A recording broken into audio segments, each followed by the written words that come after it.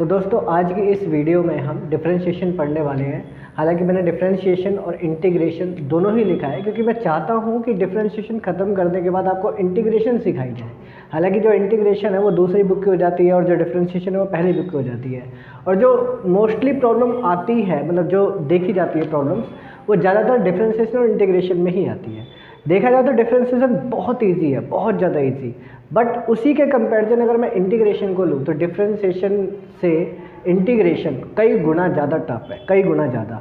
लेकिन वही इंटीग्रेशन बहुत ज़्यादा टफ और ज़्यादा बन जाती है जब डिफरेंशिएशन भी आपको नहीं आती। लेकिन अगर आपको डिफरेंशिएशन आती है, बहुत अच्छे से आती है, बहुत ज़्यादा अच्छे से, तो इंटीग्रेशन का जो टफेस्ट लेवल होता है वो 80% डाउन हो जाता है। मतलब 20% आपकी स्किल्स के ऊपर फिर फ़र्क पड़ता है कि अगर आपके पास स्किल्स अच्छी है तो आप इंटीग्रेशन बहुत इजीली कर सकते हो। मतलब कितना भी टफ इंटीग्रेशन का कोई क्वेश्चन आ जाए आप उसे इजीली मतलब कर लोगे अगर स्किल्स अच्छी है तो। और अगर आपको डिफरेंशिएशन आती है तभी ऐसा पॉसिबल है। और डिफरेंशिएशन भी आपको नहीं आती तो आई एम सॉरी, भूल जाओ आपको कभी इंटीग्रेशन आ पाएगी, क्योंकि आप इंटीग्रेशन में भी 100 and 200% आप रट्टा ही मारोगे, क्वेश्चंस को रटोगे और कुछ नहीं करोगे अगर आपको डिफरेंशिएशन नहीं आई तो हमारे पास सिर्फ एक रास्ता है कि डिफरेंशिएशन को कंप्लीट पूरा सीख ले कि प्रोसेस है क्या, डिफरेंशिएशन करते क्या है। अगर आपने डिफरेंशिएशन पूरी सीख ली, 100% सीख ली, तो मैं गारंटी दे रहा हूँ 70% इंटीग्रेशन ऑटोमेटिकली आप बहुत अच्छे से सीख जाओगे और प्रैक्टिस करोगे तो इंटीग्रेशन और अच्छे से आ जाएगी। तो इस वीडियो में मैं आपको बेसिक्स ऑफ डिफरेंशिएशन नहीं बताने वाला, मतलब कुल मिला के डिफरेंशिएशन करते कैसे हैं मैं इस वीडियो में वही बताने जा रहा हूँ कि सिर्फ डिफरेंशिएशन करते कैसे हैं। अब यहाँ पे मैं बेसिक नहीं है कि कौन सा फंक्शन डेरिवेबल है या नहीं है, ये बिल्कुल बेसिक है, जिसे हम मतलब जैसे कि पहले कंटिन्यूटी करते हैं तो कंटिन्यूटी चेक करनी पड़ती है कि कंटिन्यूटी है कि नहीं है। सिमिलरली हम डिफरेंशिएशन भी चेक करते हैं कि डिफरेंशिएबल है कि नहीं, उसके बाद ही हम उसका डेरिवेटिव करते हैं। लेकिन मैं वो अभी नहीं सिखाऊंगा, किसी और वीडियो में हम उसे अटैम्प्ट कर लेंगे। लेकिन अभी हमारा पूरा फोकस सिर्फ डिफरेंशिएशन सीखने का है, ठीक है। तो यहाँ पर देखो डिफरेंशिएशन का मतलब क्या है। डिफरेंशिएशन को ट्रीट करो एज ए मशीन, ठीक है ना, एज ए मशीन ट्रीट करना है इसको। Differentiation the rate of change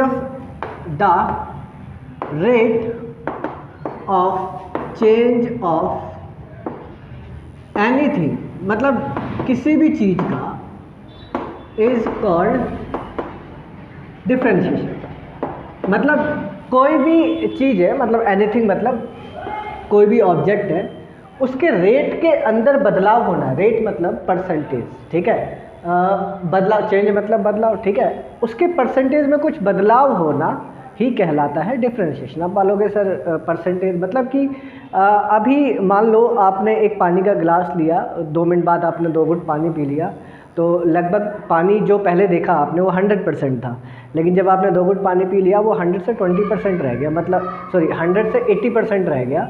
तो अराउंड आपने 20% वाटर पी लिया, तो उस वाटर में जो डिक्रीमेंट हुआ कितना हुआ, 20% का हुआ। तो ये जो बदलाव है, बढ़ना या घटना, मान लो आपने उसमें और पानी डाल दिया तो कितना पानी डाला आपने, ठीक है। तो ये जो इंक्रीजिंग और डिक्रीजिंग का रेशियो है, बढ़ना और घटना, बदलाव, कुल मिलाकर आप इसमें बदलाव देख रहे हो। तो रेट ऑफ चेंज, परसेंटेज के अंदर बदलाव आना ही कहलाता है डिफरेंशिएशन। तो आप इसको मशीन की तरह ट्रीट करना। अब मशीन है कैसी, देखो कुछ ऐसी, d/dx, ठीक है, ये कहलाता है रिस्पेक्ट। रिस्पेक्ट मतलब मैं बता रहा हूँ, ठीक है। और यहाँ पे आता है fx। ये पूरी एक मशीन है, इसको आप क्या बोल रहे हो, मशीन, ठीक है। ये क्या है, पूरी एक मशीन है। अब उस मशीन के अंदर ये टूल लगा हुआ है, ये वाला टूल जैसे आप रिस्पेक्ट बोल रहे हो, ये टूल मान लो आयरन का लगा हुआ है।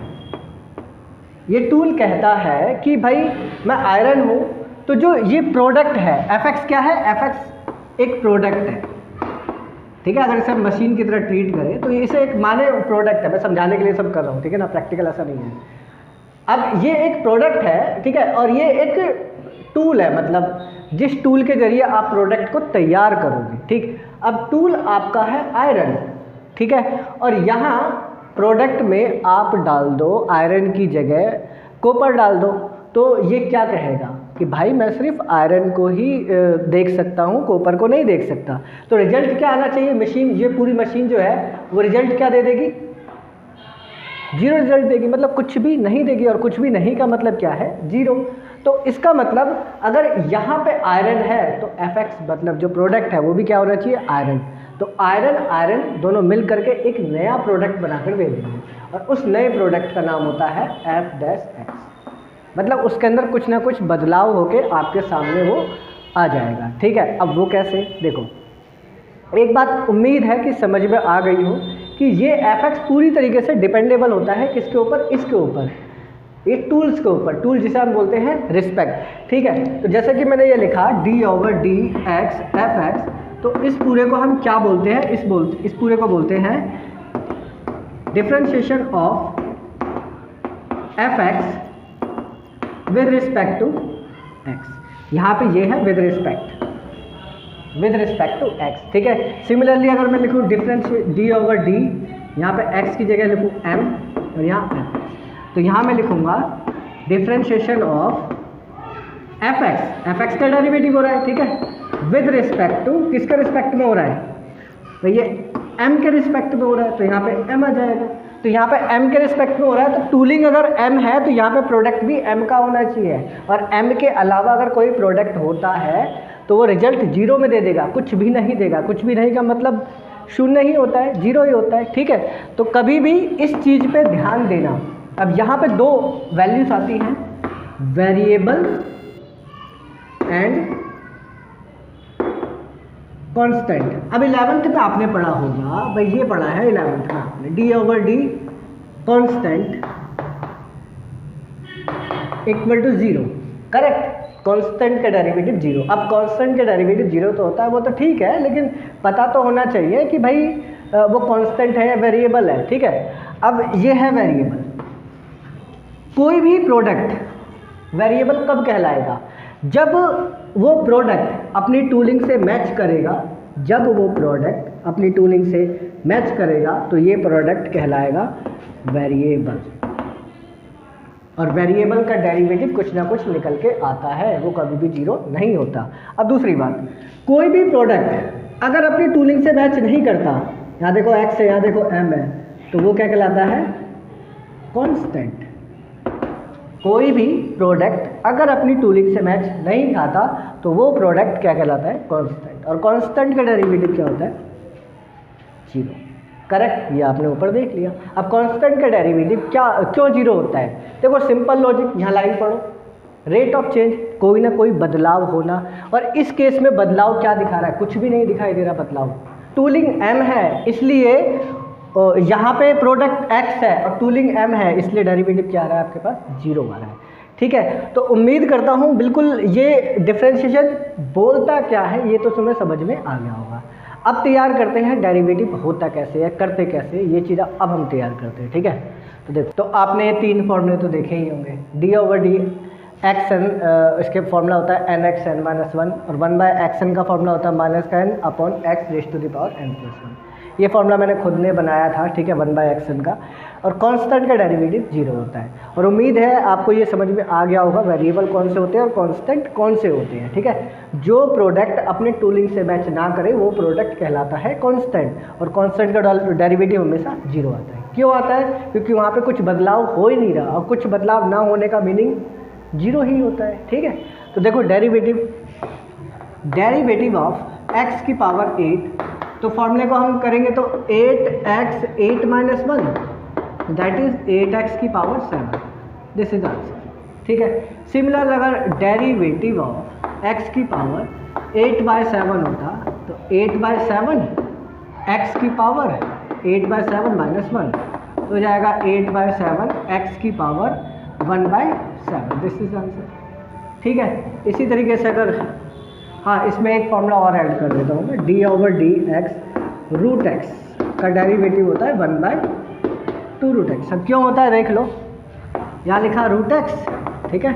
अब आपको मालूम है जब रूट हटता है तो वो पावर दे देता है 1/2, हाफ पावर को रूट बोलते हैं। अब सेम फॉर्मूला 1/2 x की पावर 1/2 - 1 1/2 x की पावर माइनस का 1/2। इसे जैसे ही मैं नीचे भेजूंगा तो ये पॉजिटिव हो जाएगा, जो पावर है नेगेटिव से पॉजिटिव हो जाएगी, और ये कहला जाएगा 1/2√x। तो इसलिए रूट एक्स का डेरिवेटिव होता है 1/2 रूट। अब इसको मैंने फॉर्मूले में क्यों रखा है, इसका रीज़न है, ठीक है, रीज़न अभी समझ में आ जाएगा, ठीक है। तो इस तरीके के डेरिवेटिव आप आसानी से कर सकते हो, कोई दिक्कत वाली बात नहीं है। एक आध क्वेश्चन और देखते हैं, ठीक है ना।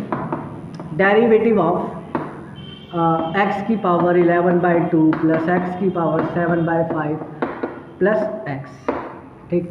तो इसका जाएगा 11/2 एक्स की पावर 11/2 माइनस 1 और प्लस 7/5 और x की पावर 7/5 माइनस 1 और x का डेरिवेटिव हो गया 1 क्यों हुआ, क्योंकि इसकी पावर 1 है, तो ये ऐसा हो जाएगा 1 डॉट एक्स की पावर 1 माइनस 1 11/2 और ये हो जाएगा 1/2 माइनस 1, तो माइनस का सॉरी 11 है ये 11 माइनस 2 मतलब 9/2 और 7/5 एक्स की पावर 7/5 मतलब 2/5 और प्लस 1 डॉट एक्स की पावर 0, और किसी की पावर 0 1 होता है, क्यों होता है इसका भी रीज़न मालूम होगा, उम्मीद है। नहीं मालूम तो मुझे कमेंट बॉक्स पे कमेंट कर देना 2/5 प्लस 1, ओके। तो इस तरीके से आप डेरिवेटिव कर सकते हो। लेकिन अब यहाँ पे किस्सा आता है, अगर क्वेश्चन ऐसा आ जाए x की power 8 plus pi r square plus आप मान लो पाई, तो इसका डेरिवेटिव क्या होगा। मैंने देखा भाई टूलिंग हमारी x है, यहाँ पर देखा भाई ये प्रोडक्ट x है, ठीक है, तो इसका डेरिवेटिव हो जाएगा 8x7। यहाँ पर टूलिंग x है लेकिन यहाँ पे कहीं भी x नहीं दिखाई दे रहा है, इसका मतलब ये पूरा का पूरा क्या हो गया भाई, कांस्टेंट हो गया, बिकॉज ये टूलिंग से मैच ही नहीं कर रहा, मैच नहीं कर रहा तो ये कांस्टेंट का डेरिवेटिव 0। ये भी टूलिंग से मैच नहीं कर रहा तो इसका मतलब इसका भी डेरिवेटिव करेक्ट 0, तो इसका आंसर क्या आ गया 8x की power 7, this is the answer, ठीक है। उम्मीद है ये तुम्हें समझ में आया हो, ठीक। अब कांस्टेंट के साथ किस तरीके से खेलना है यहाँ पे ये भी देखना है, ठीक। तो आगे समझाते हैं। अब देखो डेरिवेटिव ऑफ, मान लो लिखा हो ऐसा 8x की पावर 11 और डेरिवेटिव ऑफ 8 प्लस x की पावर 11, तो क्या होगा, डेरिवेटिव ऑफ x की पावर 11 डिवाइडेड बाय 8। तो तीनों केसेस में हमें करना क्या है, यहाँ पे देखोगे जो कांस्टेंट है ये मल्टीप्लाई है वेरिएबल के साथ, करेक्ट। वेरिएबल के साथ मल्टीप्लाई का मीनिंग क्या हुआ, मतलब इसका मतलब क्या हुआ भाई, उसके साथ अगर वो मल्टीप्लाई में है इसका मतलब ये प्रोडक्ट 8 बार लिखा हुआ है, ठीक है ना, इसका मल्टीप्लिकेशन का यही मीनिंग है। तो इसलिए कभी भी कांस्टेंट अगर मल्टीप्लाई में आए तो कांस्टेंट का डेरिवेटिव भूल कर भी 0 मत कर देना, ठीक है ना, मल्टीप्लाई में। तो क्या करना है तुम्हें, इस कांस्टेंट को बाहर फेंक देना है, ये बाहर भेज दिया मैंने, ठीक है, d/d x की पावर, ठीक है। फिर जो भी बदलाव आएगा, जो भी बदलाव निकल के आएगा उसको 8 से मल्टीप्लाई कर देंगे, ये रहा हमारा आंसर, मतलब इतना बदलाव इसके अंदर हुआ है, ठीक है। तो यहाँ पे आ जाएगा 8 मल्टीप्लाई x 11x की पावर 10, तो कितना आंसर आ गया 88x की power 10, this is the answer, clear हुआ। सिमिलरली अगर यहाँ पे प्लस या माइनस भी हो प्लस भी हो तो इस केस में 8 हमेशा 0 हो जाएगा, ठीक है। अब यहाँ पे देखो इसका डेरिवेटिव 0, ये मैंने पिछले केस में भी बताया, प्लस इसका हो जाएगा 11x की पावर 10। अब डिवाइड में, ठीक है, डिवाइड में भी क्या होगा, डिवाइड और मल्टीप्लाई में ऑलवेज जो कांस्टेंट होता है वो बाहर निकल जाता है। अब यहाँ पे भी क्या हो जाएगा, ये बाहर, अंदर बचेगा ये हिस्सा हमारे पास, अब ये बाहर ही रहेगा और ये हो जाएगा 11x की पावर 10, तो आंसर आ जाएगा 11/8 x की power, this is my answer. उम्मीद है ये क्लियर होगा आपको, ठीक है। तो यहाँ तक तो देखो इजी कंसेप्ट है, जैसे कि एक क्वेश्चन में लिखा हूँ d/d 7x की पावर 5 प्लस 5x की पावर 8 प्लस 7x की पावर 11, कुछ ऐसा क्वेश्चन ले लिया मैंने, ठीक है। अब आप देखोगे ये कांस्टेंट है तो ये बाहर है और वेरिएबल है तो इसका डेरिवेटिव हो जाएगा 5x की पावर 4, सिमिलर ये बाहर मल्टीप्लाई 8x की पावर 7, सिमिलर ये 7 बाहर और मल्टीप्लाई 11x की पावर 10, अब इसको मल्टीप्लाई करते रहो, 35x की पावर 4, 40x की पावर 7, 77x की पावर, ये मेरा आंसर है, ठीक है। उम्मीद है ये समझ में तुम्हें आ गया हो, ठीक है। अब सबसे इम्पोर्टेंट टॉपिक, सबसे इम्पोर्टेंट, ठीक है ना, जो अब हम स्टार्ट करने जाएंगे डेरिवेटिव का सबसे इम्पोर्टेंट हिस्सा, ठीक। और उसके बाद हम मतलब इस वीडियो को कंप्लीट करेंगे, बाकी का हम आगे देखेंगे, ठीक है। तो देखो भाई, ये टॉपिक है, मैंने फॉर्मूले लिखे हैं, ठीक। एज्यूमिंग ऑफ एक्स, आपको एक्स एज्यूम करना है, ठीक है, सपोज करना है एक्स को। अगर आपने ये सपोज करना सीख लिया तो समझ जाना कि आपको पूरी डिफरेंशिएशन आ चुकी है, पूरी डिफरेंशिएशन। मुझे मतलब ज़्यादा चीज़ें आपको डिटेल में बतानी ही नहीं पड़ेगी, आप देख कर ही बता दोगे अरे इसको एक्स मानो, ख़त्म करो ख़त्म करो ख़त्म करो, सारा किस्सा इसमें ख़त्म हो जाएगा। अब डेरिवेटिव सीखने के लिए हम क्या करेंगे, स्टार्ट करेंगे देखो इससे, आइलेट से, आइलेट। अब बोलोगे सर आइलेट का यूज़ तो हम इंटीग्रेशन में करते हैं, ऑफकोर्स इंटीग्रेशन में भी यूज़ होगा, लेकिन मैं इसे डिफरेंशिएशन में भी यूज़ करना चाहूँगा, बिल्कुल। आई का मतलब है इन्वर्स फंक्शन, और इन्वर्स फंक्शन मतलब sign inverse x, cos inverse x, tan inverse x वगैरह। एल मतलब लॉगरिथम, लॉगरिथम मतलब लॉग एक्स, ठीक है। ए मतलब अलजेब्रा, अलजेब्रा मतलब x, x square, x cube etcetera. T मतलब ट्रिगोनोमेट्री, ट्रिगोनोमेट्री आपको मालूम है बहुत अच्छे से। ई मतलब एक्सपोनेंशियल, एक्सपोनेंशियल मतलब ई की पावर एक्स और A raise to the power x. But हम शुरुआत करेंगे अलजेब्रा से, और जो कि अलजेब्रा के मैंने फॉर्मूले यहाँ पे लिख दिए हैं, आप देख सकते हो, ये अलजेब्रा के ही फॉर्मूले लिखे हैं। अभी मैंने अलजेब्रा के अलावा किसी को हाथ नहीं लगाया, ठीक। तो सबसे पहले हम अलजेब्रा में एक्स मानना सीखेंगे, सबसे पहले अलजेब्रा में, फिर धीरे धीरे करके हम चलेंगे, फिर लॉगरिथम, फिर ट्रिगोनोमेट्री, एक्सपोनेंशियल, और सबसे आखिरी में चलेंगे इन्वर्स के पास, क्योंकि इन्वर्स कॉम्प्लिकेटेड हो जाता है कुछ हद तक, कुछ हद तक क्या बोलूँगा, अगर सेकंड चैप्टर अच्छे से आता है तो बिल्कुल कॉम्प्लिकेटेड नहीं है, अदरवाइज कॉम्प्लिकेटेड है। और सेकंड और थर्ड चैप्टर की वीडियो मैंने डिस्क्रिप्शन में लिंक दे रखा है उन वीडियो को, आप चाहो तो वहाँ जाकर देख सकते हैं, ठीक है। तो देखो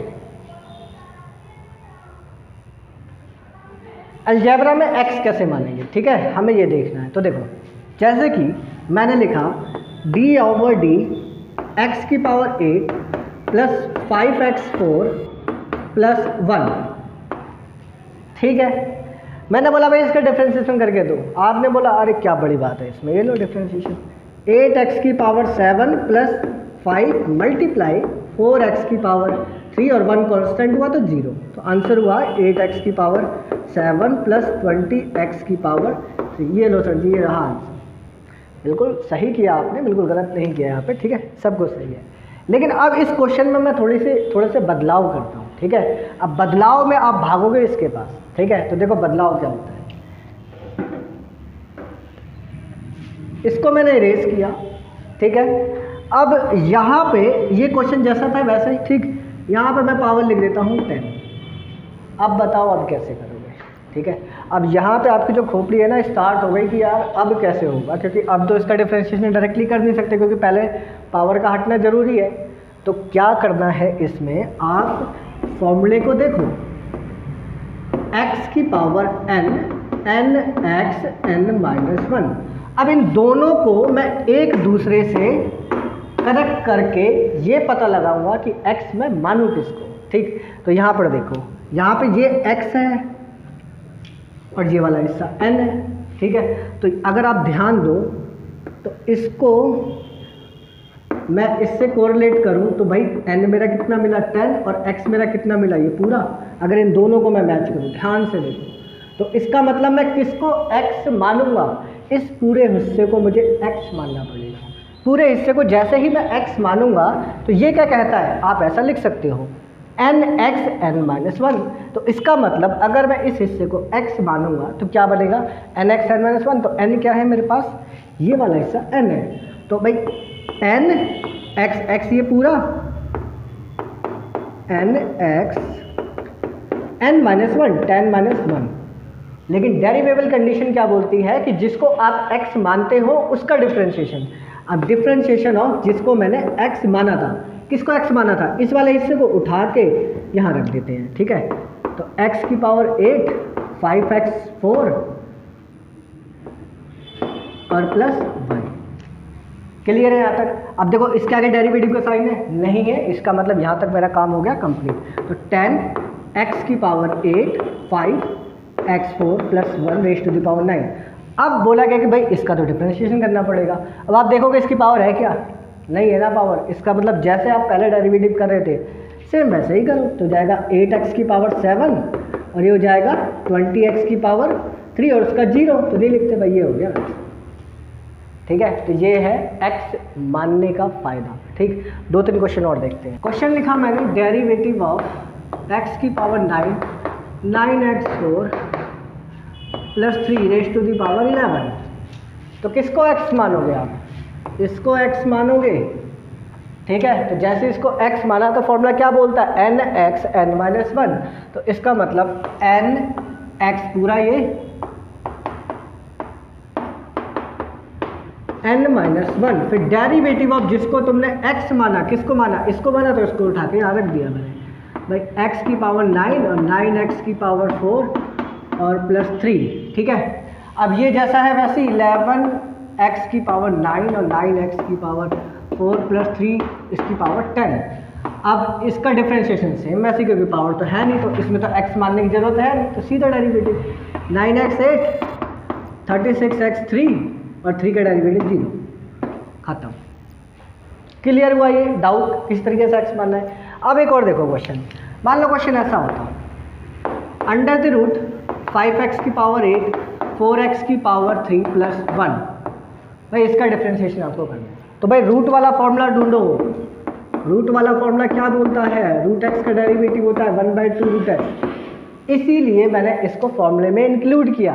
हालांकि आप इसको इंक्लूड नहीं देखोगे, बट मैंने इसको इंक्लूड इसीलिए किया ताकि x मानना आसान हो। अब इन दोनों को आप जब कनेक्ट करोगे तो कौन x बन रहा है, ये और यहाँ ये। ठीक है, तो देखो ये x बनना, तो इसका मतलब इसको x मानना पड़ेगा, और जैसे ही मैं इसको x मानता हूँ तो फॉर्मूला क्या बोलता है 1/2 रूट x। तो ठीक है भाई, इसको x माना, मैंने ये लिख दिया, मैंने 1/2 रूट x की जगह ये पूरा 8 प्लस 4x की पावर 3 प्लस 1। कंडीशन वही, जिसको x माना उसका डिफ्रेंशिएशन, किसको x माना था इसका उठा के लिख दो, 5x 8 4x क्यूब प्लस 1।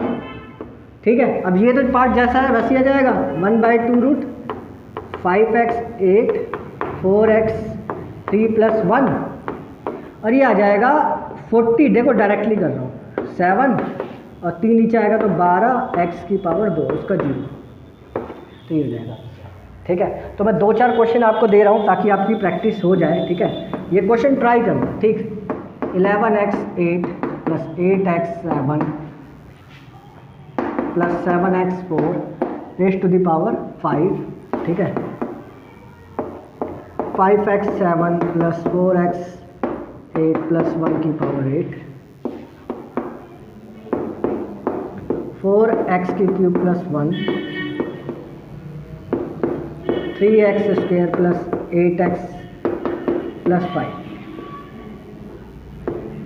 ठीक है, तो ये 4 क्वेश्चन ना आप खुद ट्राई करना। ठीक, अब देखो अलजेब्रा का तो मुझे लग रहा है कि मैंने थोड़ा बहुत आपको क्लियर कर दिया। ठीक है, अगली वीडियो में हम दोबारा से थोड़ा सा अलजेब्रा का स्टार्ट करेंगे। ठीक है, दोबारा से मैं इसको रिव्यू करा दूंगा आपको। उसके बाद हम लॉगरिथम में x मानना सीखेंगे। देखो ध्यान रखना, अगर आपको x मानना आ गया तो डिफ्रेंशिएशन पूरी आ गई, पूरी A to Z जितने भी हैं। ठीक, तो इसलिए x पे फोकस करना कि x हम मान कैसे रहे हैं। हालांकि आप चाहो ना तो लॉगरिथम के भी क्वेश्चन कर सकते हो, x मानो।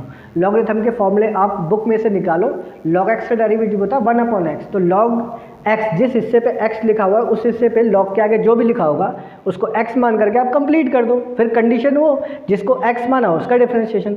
तो आप अगर खुद भी करना चाहो ना वो कर सकते हो, बाकी मैं वीडियो में कराऊंगा ही। तो आज की वीडियो के लिए दोस्तों इतना ही काफ़ी है। ठीक है, बाकी का हम नेक्स्ट वीडियो में करेंगे। Thank you, thanks for watching.